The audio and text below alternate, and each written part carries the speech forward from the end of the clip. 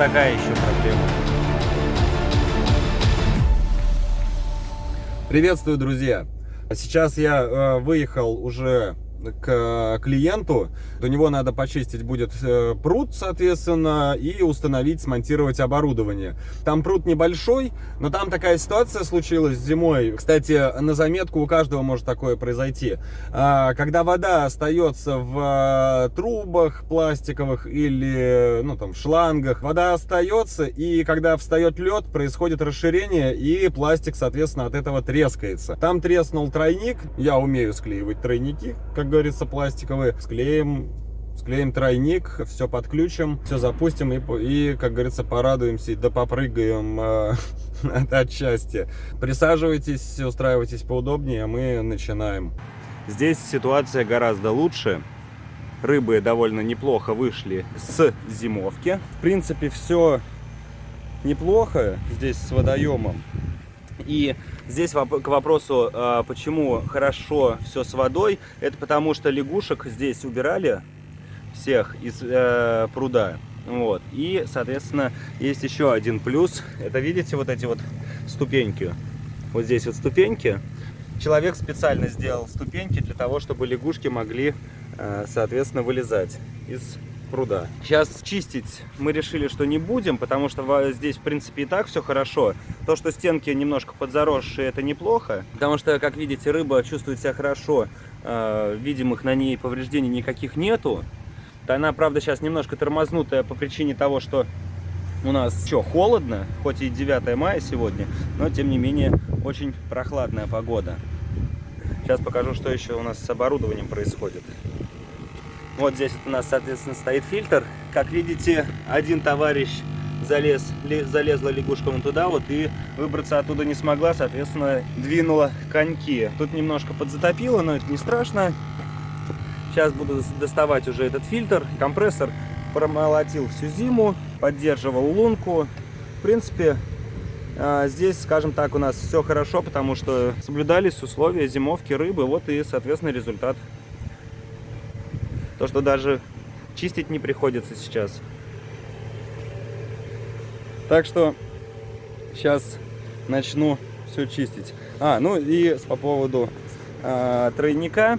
Вот, я тройник склеил и усилил его клеем. Течь он уже не будет и не треснет. А треснул он вот потому что, забыли просто снять его, и в нем осталась вода. И от расширения, соответственно, произошла трещина. Так что приступаем к работе.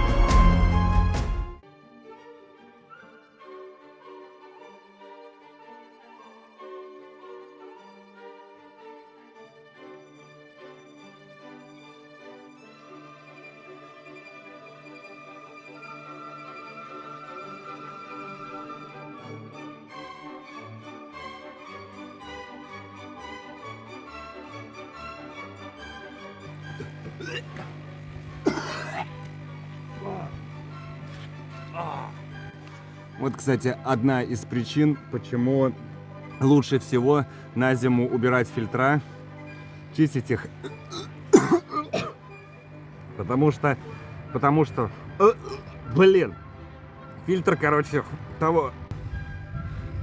все наполнители внутри фильтра, они стухли, вот, и пахнет жутко, вот, аж до тошноты. Так что сейчас буду это сливать, и чистить.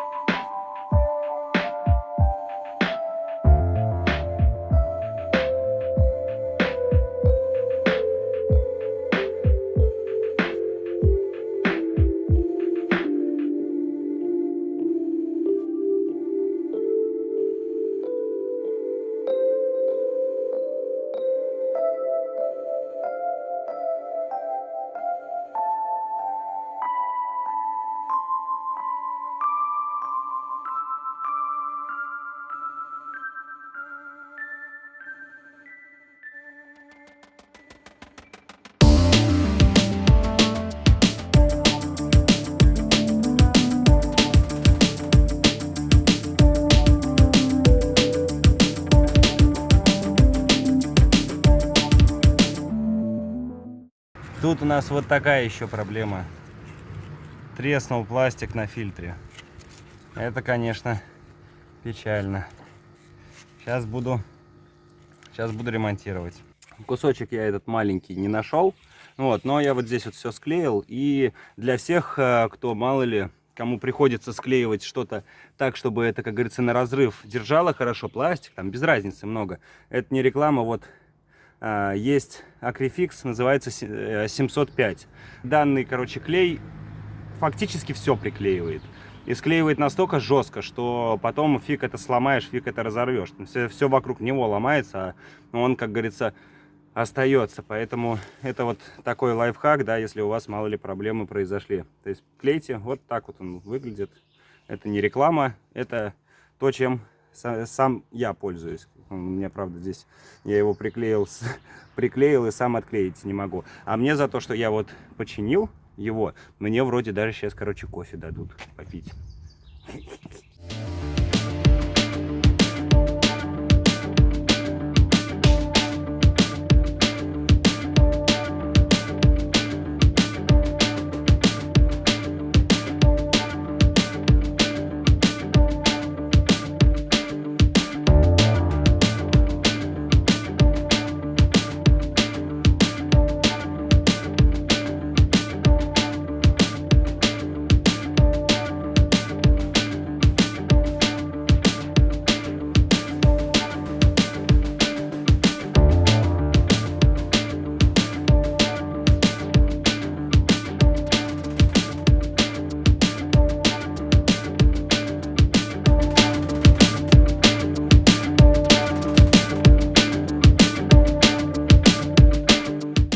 Почистил, помыл я все губки, помыл фильтр, вонять все перестало, соответственно, но у нас, как говорится, без проблем ничего не бывает. Фильтр-то мне надо поставить обратно сюда, а здесь у нас, как видите, проблемка есть, у нас здесь вода. Ну, сейчас буду большим насосом это откачивать, а также откачаю немножко воды, сделаю подмену воды в пруду. И дальше будем собирать все это дело и запускаться.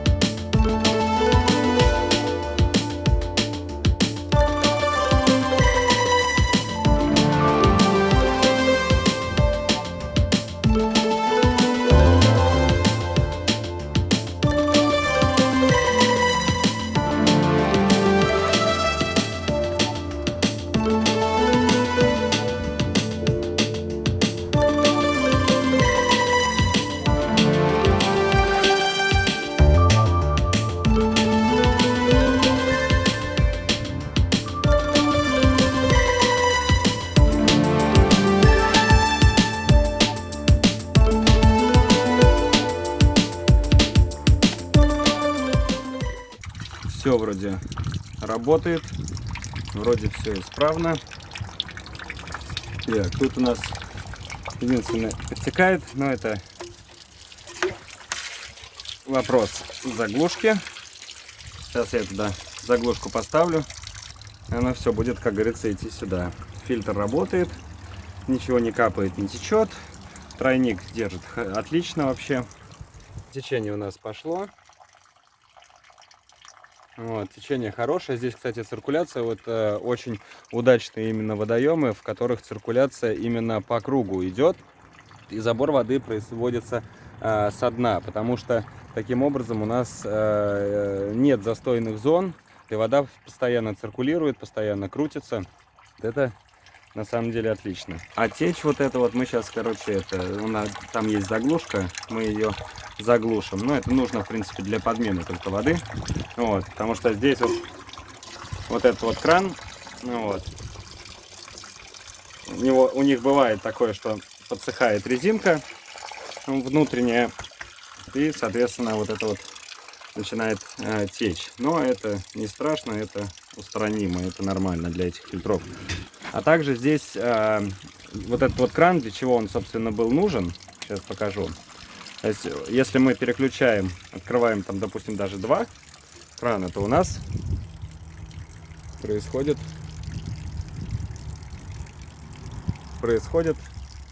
ручей. Но ручей сейчас не произошел, потому что у нас слишком маленький поток воды. Сейчас мы сделаем по-другому. Мы перекроем здесь воду. И у нас, соответственно, пошла водичка, пошла жара. Вот. Здесь я подклеивал немножко вот эти вот места, ну, чтобы вода не уходила из водоема, а лилась в пруд. Вот такой вот у нас ручеек. Такой водопадик небольшой. Чем хороши водопады, тем, что они насыщают кислородом воду. И, соответственно, дополнительная аэрация. Вода сейчас, если по какое-то время поработает с водопадом, то она быстро нагреется. Сейчас буду еще делать подмену воды. Немного воды здесь солью, для того, чтобы ее освежить, потому что в целом здесь неплохая ситуация с водоемом, ну, с чистотой воды. Освежим воду. Фильтрацию я запустил, аэрацию запустил. Вот, в принципе, все хорошо. И покажу, какую химию надо вносить после зимовки.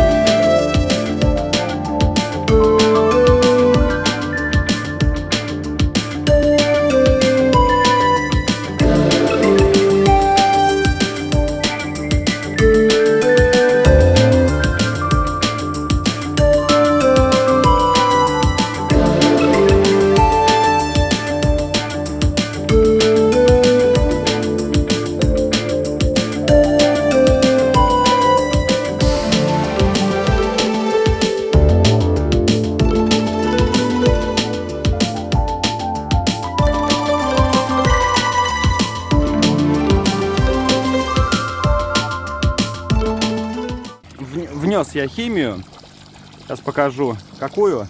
И у нас, соответственно, начало все дыбить со дна.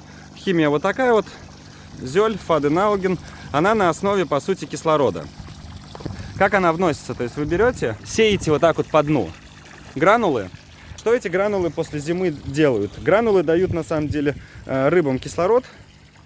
И, соответственно, поднимают со дна, ну, разное говнище вот это вот, да? Видите, все у нас начало всплывать, и дно становится чистенькое и прозрачное. То есть у нас сейчас будет повышение в пруду кислорода, соответственно, подменится еще плюс ко всему прочему водичка, и вот это вот листва и прочее, оно поднимется, уйдет сейчас в скиммер, но часть я, соответственно, с очком уберу. Таким образом чистим пруд после зимы. Лучше всего, конечно, не дожидаться, когда скиммер все это соберет, потому что это может еще, ко всему прочему, и утонуть. Просто ходите потихоньку и собираете всю эту листву. Вот, а потом, соответственно, как вы это все пособираете, у вас это не будет продолжать гнить на дне. Потому что самое неприятное, это, соответственно, когда все это гниет. Главное в этом моменте, то есть все боятся там вносить химию, как видите, здесь тоже рыба, и никаких проблем нету с внесением, да, с рыбой.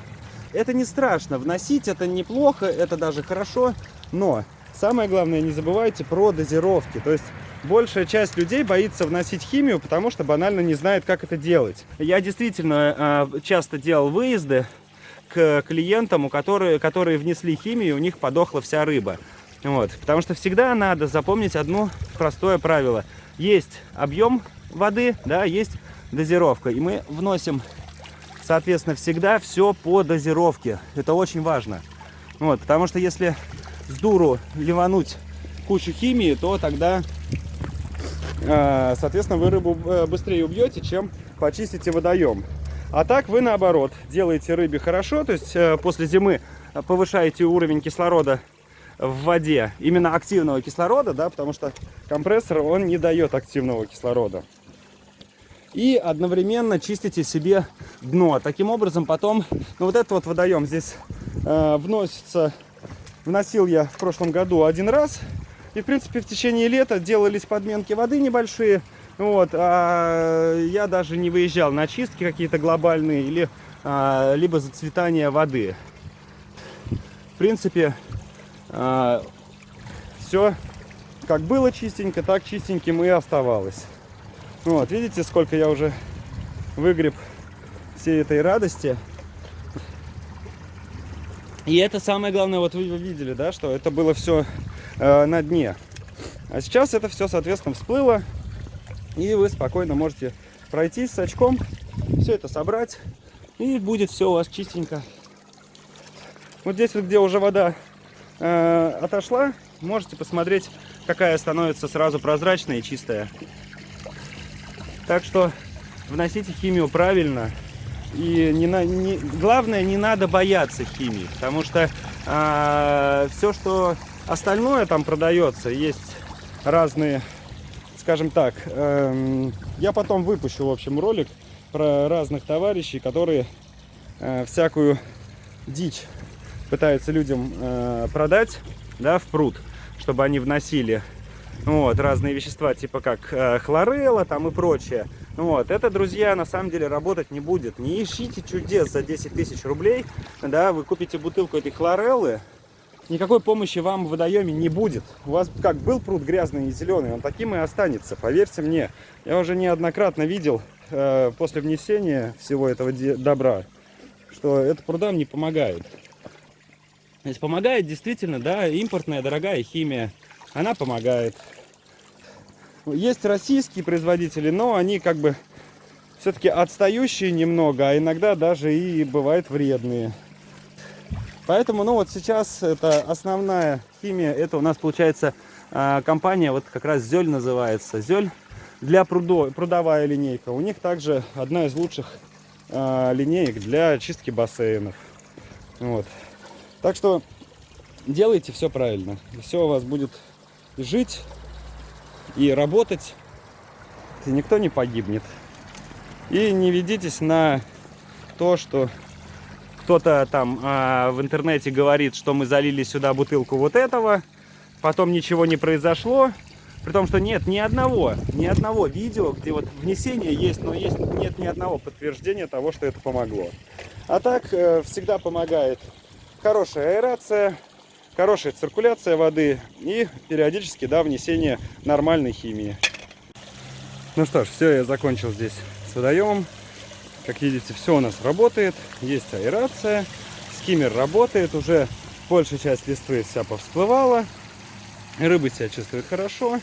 Вот, вода, кстати, когда запустили фильтр, вода согрелась, водопад работает. Тут у нас фильтр теперь под камушком спрятан, все аккуратненько. Так что я сейчас здесь закончил и поеду уже на следующий водоем.